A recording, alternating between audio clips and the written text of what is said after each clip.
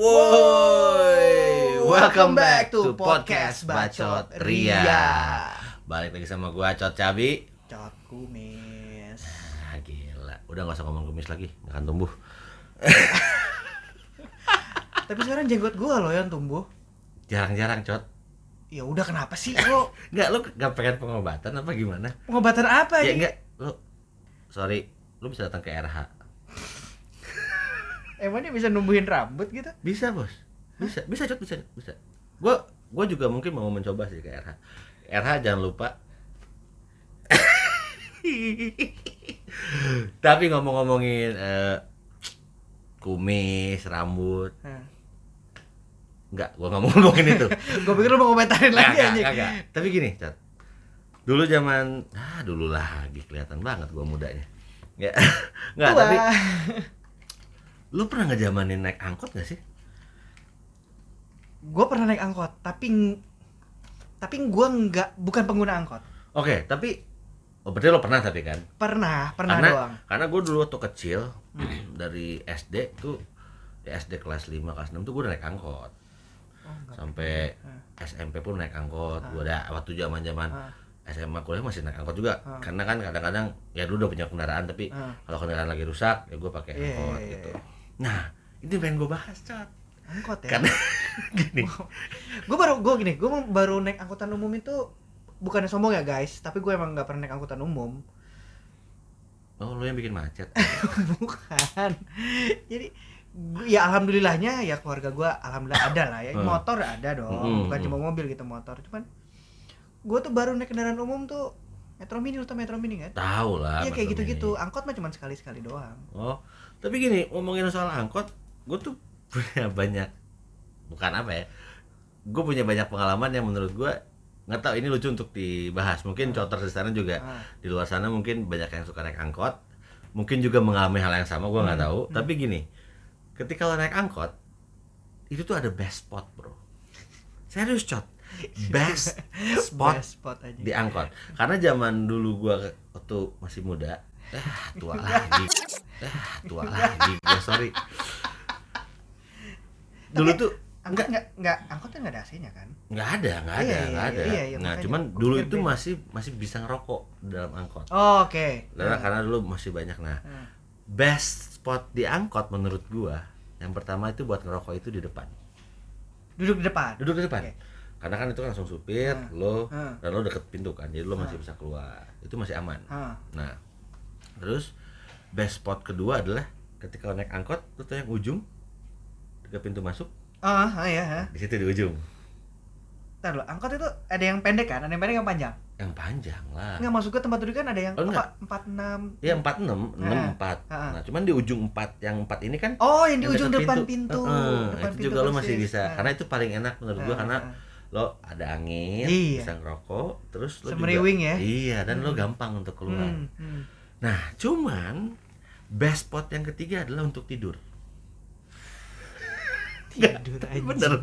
Karena gini, karena gua dulu di Bandung. Jadi gua tuh dulu kalau naik angkot tuh dari daerah rumah gua di Buah Batu. Kalau yang pada tahu Buah Batu di mana, itu mau ke arah Dago, itu perjalanannya lumayan panjang. Jadi gua mesti naik angkot 2 kali. Nah, ketika gua tuh wah panjang nih, atau gua mau ke Setiabudi lah kemana, itu panjang banget perjalanan, Cot. Nah, gua tuh selalu ambil tempat duduk di belakang supir. Dan di deretan 6. Iya. Oh, di belakang supirnya persis. Iya. Jadi kalau supir, iya tahu. Tempatnya kan supir kan? Supir. Tempat duduk kan ada kan? Gua gini kan. Aduh, enak banget, Cot. Aduh, kena angin dari kaca supir. Nyender. Nah, cuman tempat yang keempat menurut gua adalah tempat yang agak sedikit membingungkan, atau bisa disebut enak buat tidur juga, tapi agak nggak enak juga. Ketika lo duduk di paling ujung, angkot kan di belakang, kaca gede kan. Nah, kalau lo tidur itu juga enak karena lo nyender. Itu juga ada kacanya juga kan. Cuma ketika lo tidur kadang lo nggak sadar kan tidur di mana kan. Pas bangun, udah nempel gitu kan. Tiba-tiba lo kaca terus ngeliat kayak aduh, itu orang di mobil itu ngeliatin gue nih. Iya, terus orang yang ngeliat juga di belakang kayak anjing, enak banget tuh bocah. Indah banget hidupnya. anjing. Nah, atau kadang-kadang gini, membingungkan adalah ketika lo dapat paling ujung, karena kan ketika lo duduk sini, ya udah lo kasih tempat lah, karena itu ada aturannya kalau menurut gua ya. Jadi kayak lo jangan selalu pengen di pinggir sini lah, ketika lo ada penumpang yang lain masuk lo harus geser sebenarnya. Jangan egois lah gitu. Nah, ketika lo udah nyampe ujung gitu set, udah duduk aja, perjalanan lama kan, udah lo bingung segala macam. Terus kalau lampu merah gitu, tiba-tiba kayak ngeliatin gitu. Terus gua bingung. Mobilnya di belakang. Iya, terus kayak itu mobil ngeliatin gua mulu ya. Padahal kan itu mobil memang ngadep depan ya. Tapi lo kayak salting gitu, Cot. Iya, itu kayak awkward banget gitu kan. Ini gue mesti ngapain sih? Mesti oke. Terus dia kayak, ya apaan sih? Terus kayak itu menurut gua spot yang membingungkan. Bener dong? Dan atau lo pernah naik Metro Mini berarti kan? Iya, cara berhenti lo gimana? Ketok. Ketok atas. Iya tiangnya atau atasnya. Tinggal tok. Sebenarnya sama. Atau enggak cuma di cetak gitu kan. Atau enggak kalau gua di Bandung itu cuma ngomong kiri. Dia udah tahu berhenti itu. Kiri. Nah, itu juga cara jalan yang lucu cara berhenti yang lucu menurut gua. Kadang-kadang juga ada yang kalau di Bandung itu ngomong dipayun itu artinya depan. Nah, supirnya bingung kan? Depan mana anjing? Iya. Kadang dia suka di mana cep payun di depan lah, bingung ya, maksud saya kenapa nggak bilang stop aja pak, jalan dikit gitu, kayak gitu. Itu sih pengalaman gue di angkot, karena menurut gue dulu itu karena di Bandung masih dingin cuacanya ya, angkot itu masih oke. Ya kan? Dan believe it or not, kalau gue naik angkot di Bandung itu masih bisa nemuin yang cantik. Iya sih. Karena dulu kalau gua naik angkot suka ada kalau tuh gua SMA misalkan, gua lagi naik angkot tiba-tiba ada SMA lain baru masuk tuh kayak lihat-lihatan. Dan believe me bro, Cot, karena banyak orang yang menemukan jodohnya di angkot. Serius. Sekarang pertanyaannya ya, lu nemuin jodoh di angkot itu. Apa hal yang pertama misalnya nih? Gua ketemu sama cewek gitu ya di angkot. Apa yang akan lu lakukan pertama kali di angkot? Gini. Makanya ini mungkin salah satu pengalaman mungkin yang bisa di apply sama cotos-cotos di luar sana yang masih pakai angkot, karena maaf gua sekarang punya kendaraan sendiri walaupun masih pakai MRT. Ya, tapi gini, ketika lo naik angkot, lo duduk kan, wah gitu, terus lo tahu, wah rute lo misalkan waktu dulu tuh gua rutenya selalu lewat SMA 8 di Buah Batu, atau SMA 7, SMA 2, SMA 5, SMA 3. Jadi ketika kalau gua mau pergi dari rumah gua mau ke arah Dago, itu gua pasti lewatin SMA itu. Atau pulang sekolah. Banyak pemberhentian bidadari ya. Nah, gua tahu pas pulang, jadi cakep gitu kan. Naik dia kan set. Oke, kita melihat liatin duduk. Oke. Lo harus cari momen yang pas. Kalau emang tuh angkot kosong enak. Kalau kosong justru bingung. Karena lo obvious banget dong kalau lo pindah. Iya. Kelihatan banget dong ya. Tapi kalau lo agak penuh nih, ada yang mau datang gitu, lo pasti tahu kan, ini pasti ngegeser dong. Nah, di situ atau lo duduk di sebelahnya. Jadi ketika ngomong itu, baru pulang. Iya. Kelas berapa? IPA IPS. Udah, bro. Iya. Langsung dapat nomor telepon, tinggal ajak jalan, Cot. Banyak teman-teman gue yang menemukan waktu itu ya gitu. Pacarnya di angkot. Iya. Jadi itu pengalaman angkot gue di Bandung. Gue ketrigger dengan masalah pacar nih. Gue kan nggak pernah, ya jarang banget lah gue naik angkot. Jarang banget gue naik angkot. Gue beberapa kali naik Metro Mini, dan salah satu hal yang men-trigger gue naik Metro Mini adalah perempuan, Edian. Wah, kenapa ya? Coba saya kurang mengerti. Jadi gini, gue pernah suka sama perempuan. Waktu itu gue kelas 2 SMA lah. Gue suka sama perempuan. Nah, perempuan ini itu susah menurut ceritanya, mitosnya nih ya. Perempuan ini tuh cool banget dan susah banget diajak pergi. Even sama yang ada yang udah bawa mobil, yang bawa kendaraan lain, yang motor gitu lah ya. Gue kebetulan naik motor. Susah banget nih perempuan diajak pergi, Cot. Cakep, lucu, ya pastilah tertarik lah si kumis inilah untuk mencoba kan. Emang lahir mana kumisnya? Enggak juga kan? Enggak ada. Jadi gue tertarik untuk mencoba. Gue perhatiin dong dia ngapain aja sih, segala macam. Kebetulan dia pulangnya tuh ke arah yang sama gue. Berarti dekat rumah lo rumahnya? Iya, rumahnya lebih jauh dari gue, tapi arahnya sama lah. Oke. Arahnya sama, gue bawa motor. Gue perhatiin dia naik Metro Mini. Nah disitulah gue ke-trigger. Maksudnya lo jadi naik Metro Mini karena lo ngecengin dia? Gue ngecengin dia, tapi dari kecil lo udah oportunis. Gila lo. Jadi gue ngeliat peluang gue nih satu-satunya, dan itu cuma waktu saat pulang. Pulang sekolah, nggak mungkin berangkatnya gue ajak bareng dong. Gue berangkat naik motor, bawa motor gue titipin ke teman gue yang arahnya sama juga pulangnya. Lo pulang bawa motor gue. Lo naik Metro Mini? Gue pulang naik Metro Mini. Yang dengan keadaan tiba-tiba dia kaget itu kayak, kok kamu pulang naik Metro Mini?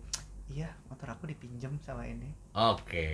Jadi ada conversation. Iya. Jadi bisa ngomong. Namanya siapa kalau boleh tahu, Cot? Mungkin kalau dia nonton bisa tahu gitu. Namanya Tit. Jangan anjing, ketahuan modus gua ada waktu itu, ntar anjing ketahuan. Terus lo naik ngobrol. Akhirnya ngobrol. Jadi beberapa kali tuh gua naik Metro Mini pulang. Jadi berangkat naik motor. Niat ya. Sampai sekolah. Lo tau kan, gua kalau udah ketemu perempuan wah niat. Tapi pacaran? Enggak. Terus lo ngapain? Ya akhirnya ujungnya bosan gua. Capek lah gua pulang terus naik angkot. Udah gua naik motor. Ya enggak, tapi kan lo bisa ajak dia. Daripada naik angkot naik motor yuk.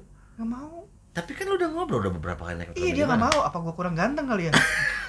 Makanya. Gua cuma berhasil ngobrol doang, Cot. Nah, tapi kalau nggak tahu nih, lo pernah jalan-jalan ke Bogor, Puncak atau apa? Pernah, Lo lihat nggak? Karena gini, menurut gue tuh ada ciri-ciri khas angkot-angkot di beberapa kota itu. Kalau gue ngelihat kalau kayak Bogor, Puncak, angkot tuh selalu ceper-ceper. Yoi. Bong. Wah, tapi ya sorry agak alay, tapi lampu-lampu banyak, speaker gede. Itu banyak, Cot. Dan itu biasanya tuh juragannya yang gue tuh pernah nanya, karena ada temen gue juga juragan angkot juga di Bandung. Jadi dia memang spesifik ada satu mobil angkot yang sama dia dimodifikasi. Jadi tuh angkot tuh jarang jalan sebenarnya. Tapi dipakai buat narik. Iya, dipakai buat narik tapi sekali-sekali. Jadi kalau emang dia nggak punya duit, emang temen gue nih ajaran bokapnya, lo mau nyari duit, ya udah lo ngangkot. Serius, tapi mau dia suruh narik angkot. Tapi menurut gue sih itu bagus ya ajarannya, karena ya dia mengajarkan bahwa lo kalau pengen lo harus usaha. Nah teman gue ini angkotnya ceper, Cok. Ceper.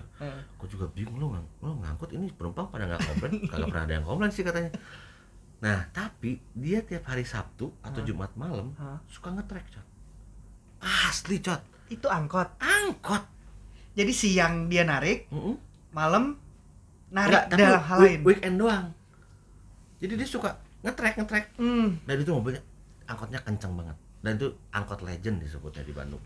Itu gimana rasanya ya? Kalau siang-siang dipakai ngangkut. Gimana rasanya di dalam anjing? Ngerti gua, Cot. Tapi gila sih temen gua, dan itu salah satu angkot yang bisa ngalahin mobil Starlet pada zamannya. Tahun berapa, Cot? Tahun segituan lah pokoknya. Kena lagi. Tapi gini, sebelum itu gue punya satu cerita. Ini ceritanya sih, lu tau nggak? Pernah denger cerita angkot setan nggak? Iya, angkot ambulan. Nah, dulu pernah ada cerita angkot setan. Jadi dulu ada satu orang cowok lah ya, dia tuh baru mau berangkat kalau nggak salah. Tapi dia berangkat pagi banget, kayak jam 4, jam 5. Nah itu kan banyak orang-orang pulang dari pasar kan. Iya. Tapi pada saat itu suasananya hening. Wah hening, diam. Dia masuk cuma ada 3. Ada bapak-bapak, kakek satu sama ibu-ibu. Pada diam semua. Jam 4 subuh, Cot. Dia bingung masuk, kayak dia duduk dia agak ujung. Udah, terus semuanya pada diam aja gini. Wah, kata temen gua ini agak lumayan ngeri sih gitu.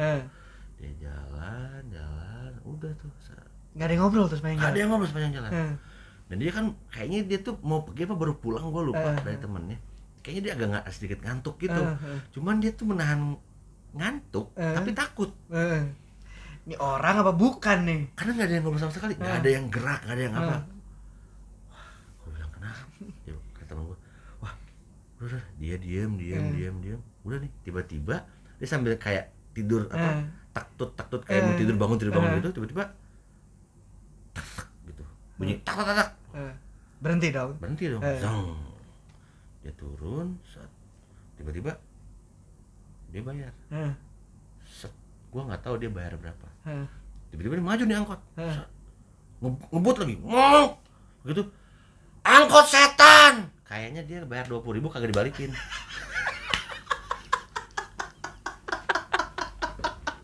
Jadi gue lihat di belakang gitu kayak katanya kata temen gue katanya, anjing ibu-ibu angkot setan. Si anjing supir angkotnya si anjing ngambil ngembat duit 20.000 dari ibu-ibu lagi. ke ibu-ibu. Kayaknya si supir juga ngantuk kali ya, karena si bapak-bapak itu juga katanya kagak ada yang mau bilangin dia, ya udah kayaknya udah pada capek. Angkot setan anjing nggak dibalikin duit orang. Kagak dibalikin. Goblok. Terus supir angkot setan anjing. Gitu, Cot. Aduh. Nah, Coters, Siapa yang pernah ketemu angkot setan? lo bisa kasih cerita ke kita, lo pengalaman lo angkot dimanapun, Coters lo berada. Nah. Mau di kota mana mungkin ada ciri-ciri angkot yang berbeda, gitu kayak gitu. Katanya juga tuh di angkot di mana ya? Gue pernah denger di Palembang apa kalau nggak salah. Angkotnya gaul-gaul juga katanya ya. Oh, gaul juga. Ya banyak kok. Beberapa di daerah itu angkot banyak yang gaul. Di sini ceritain. Tinggal kasih komen di YouTube kita atau di Instagram. Komen di YouTube kita Pocot Ria, Instagram Pocot_Ria, di Twitter, Spotify juga Pocot Ria, Twitter Pocot_Ria. Jangan lupa abis ditonton di share, subscribe. Iya dong. Aduh, gara-gara angkot setan. Sakit perut gua anjing. Oke. Kayaknya segini dulu ya. Gitu video kita ya. Sampai ketemu lagi. Sampai ketemu di video kita berikutnya. Bye.